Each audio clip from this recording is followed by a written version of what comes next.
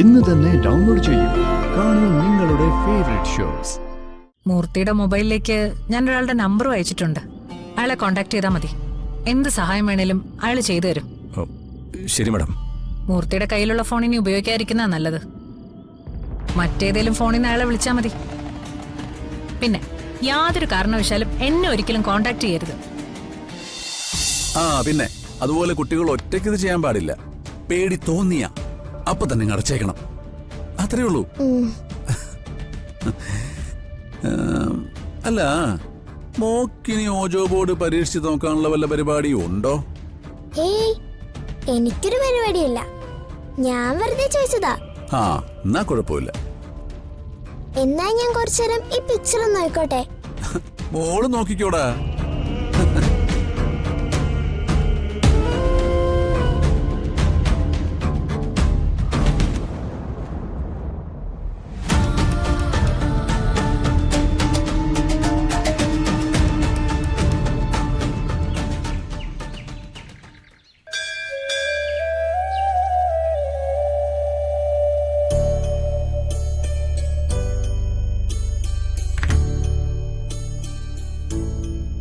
എന്റെ ഭഗവാനെ, നിന്റെ മുമ്പിൽ ഉരുകി പ്രാർത്ഥിച്ചിട്ടും വഴിപാടുകൾ നടത്തിയിട്ടും എന്റെ മോളെയും കുഞ്ഞിനെയും കുറിച്ച് ഇതുവരെ ഒരു സൂചന പോലും കിട്ടിയിട്ടില്ലല്ലോ. നീ എന്റെ പ്രാർത്ഥന കേൾക്കാത്തതാണോ, അതോ നിന്റെ കൺമുമ്പിലും അവളില്ലെന്നാണോ? എന്റെ മോളിനെ ഒരിക്കലും തിരിച്ചു വരില്ലേ? മരിക്കുന്നതിന് മുമ്പ് എനിക്ക് എന്റെ മോളെ ഒന്ന് കാണാൻ പറ്റില്ല എന്റെ ഭഗവാനെ.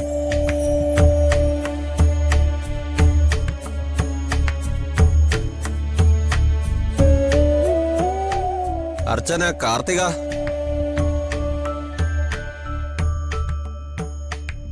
ഇതാ പ്രസാദം. വഴിപാടുകളൊക്കെ നടത്തിയിട്ടുണ്ട്. സംവൃത, കാർത്തിക, ഗോകുൽ, പൂയം.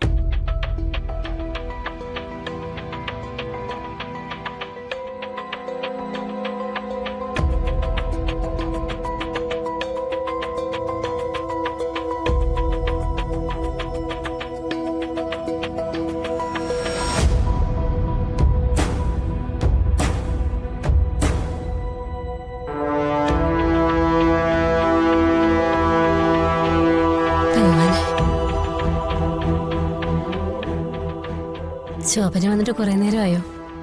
വഴിപാടിന് കൊടുത്തിട്ട് ഞാൻ സർപ്പക്കാവിൽ തൊഴാൻ പോയി.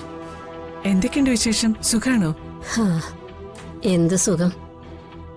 എന്നും വന്നിവിടെ സങ്കടം പറയുന്നല്ലാതെ ഭഗവാൻ ഇതുവരെ എന്നോട് കണ്ണു പറഞ്ഞിട്ടില്ല. എന്റെ മോള് ജീവിച്ചിരിപ്പുണ്ടോ അതോ മരിച്ചോ? ഇതുവരെ ഒരു വിവരവും കിട്ടിയിട്ടില്ല. ഇങ്ങനെ നിരാശപ്പെടരുത്. ഈ കണ്ണീരിന് ഫലം ഉണ്ടാവാതിരിക്കില്ല. എനിക്കിപ്പോ ആ പ്രതീക്ഷയൊക്കെ പോയി വരിക ശോഭന. മരുമോളുടെ നക്ഷത്രം കാർത്തികയാണല്ലേ? അതെ. എന്റെ അച്ചിമോളുടെ നക്ഷത്രവും കാർത്തികയാ.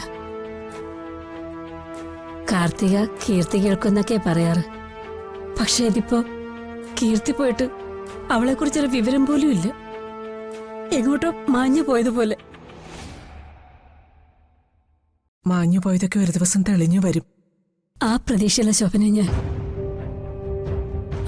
അതിരിക്കട്ടെ, അവിടുത്തെ കാര്യം എങ്ങനെയാ? മോനും മരുമോളും ഇപ്പൊ സന്തോഷത്തിലാണോ? സന്തോഷത്തിന് കുറവൊന്നുമില്ല. പക്ഷെ വിചാരിച്ച രീതിയിൽ കാര്യങ്ങളൊന്നും ശരിയായിട്ടില്ല. എല്ലാം ശരിയാവും, പ്രാർത്ഥിക്കുക. കമലടുത്തി, പുതിയ ബിസിനസ് ഒക്കെ എങ്ങനെയുണ്ട്? കുഴപ്പമില്ല. കളക്ടറൊക്കെ വന്നു കേട്ടോ. ഭഗവാന്റെ അനുഗ്രഹം കൊണ്ട് എല്ലാം നന്നായിട്ട് പോകുന്നു. ഒരു ദിവസം ഞങ്ങളും വരുന്നുണ്ട് കമലയിടത്തിലുള്ള പഴകഞ്ഞി കുടിക്കാൻ. അതിനെന്താ, ആയിക്കോട്ടെ. ശരി, എന്നാ പിന്നെ തൊഴുതിട്ട്. ശരി. അത് കൊള്ളാലോ. പുതിയ ബിസിനസ് ഒക്കെ തുടങ്ങിയോ?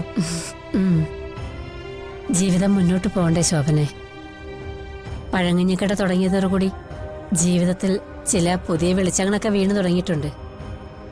സത്യം പറഞ്ഞ തെറ്റില്ലാത്തൊരു വരുമാന മാർഗമായിട്ട് അത് മാറിയിട്ടുണ്ട്. കളക്ടർ വന്ന് പഴങ്കഞ്ഞു കുടിച്ചൊരു കടയെക്കുറിച്ച് ഞാനും പത്രത്തിൽ വായിച്ചിരുന്നു.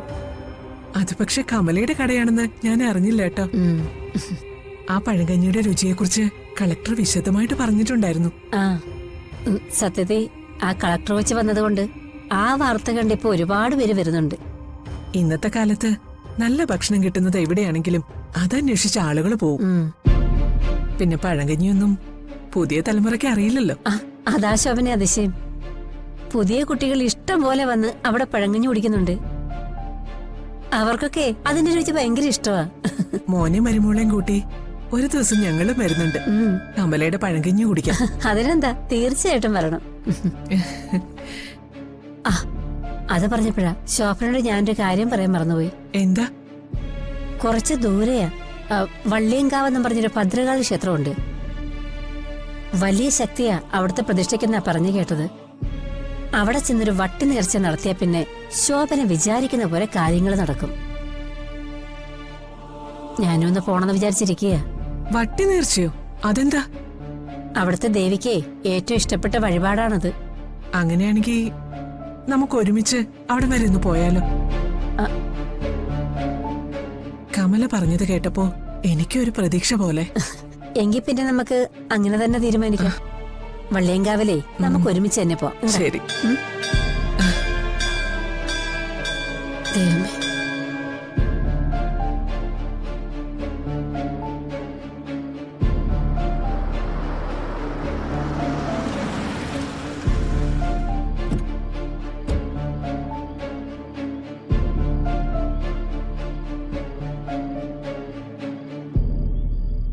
ആ CI രാജീവൻ സംഘവും മൂർത്തി അന്വേഷിച്ച് പരക്കം പായ.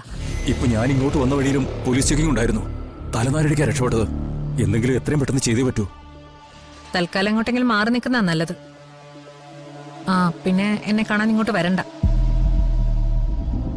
CI രാജീവ് വിളിച്ച് മൂർത്തി അവന്തിക അസോസിയേറ്റ്സിലെ സ്റ്റാഫാണെന്ന് അന്വേഷിച്ചിരുന്നു. ആ കോള് വെറുതെ ഒന്നും വന്നതല്ല. എന്നെയും കൂടി ട്രാപ്പിലാക്കാനാ അയാള് ലക്ഷ്യം വെക്കുന്നത്. അതുകൊണ്ട് മൂർത്തി തൽക്കാലം മാറി നിൽക്കുന്നത് തന്നെയാ നല്ലത്.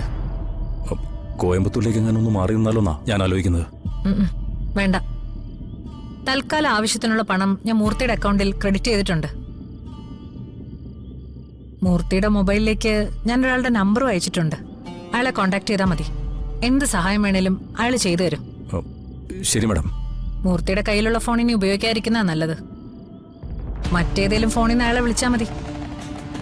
പിന്നെ യാതൊരു കാരണവശാലും എന്നെ ഒരിക്കലും കോണ്ടാക്ട് ചെയ്യരുത്. പ്രശ്നങ്ങളെല്ലാം തീർന്നു കഴിയുമ്പോൾ ഞാൻ മൂർത്തി അങ്ങോട്ട് കോണ്ടാക്ട് ചെയ്തോളാം. ശരി മാഡം.